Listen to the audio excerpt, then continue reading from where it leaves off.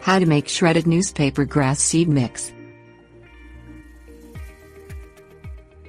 Creating a lawn after new construction can be a daunting task. Laying sod provides an immediate lawn, but it can be very expensive. A cheaper alternative is a combination of shredded newspaper and grass seed spread over burlap sacks. The shredded newspaper will hold moisture. The burlap sacks will help keep mud to a minimum, while providing a secure rooting medium.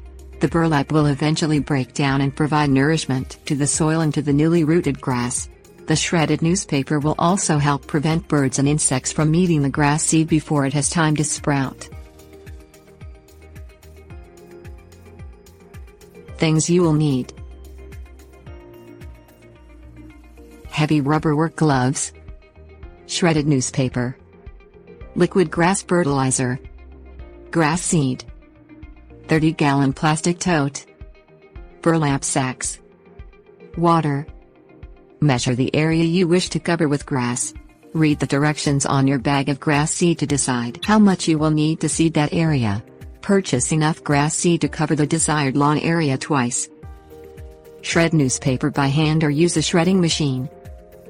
Fill a 30-gallon plastic tote halfway with shredded newspaper.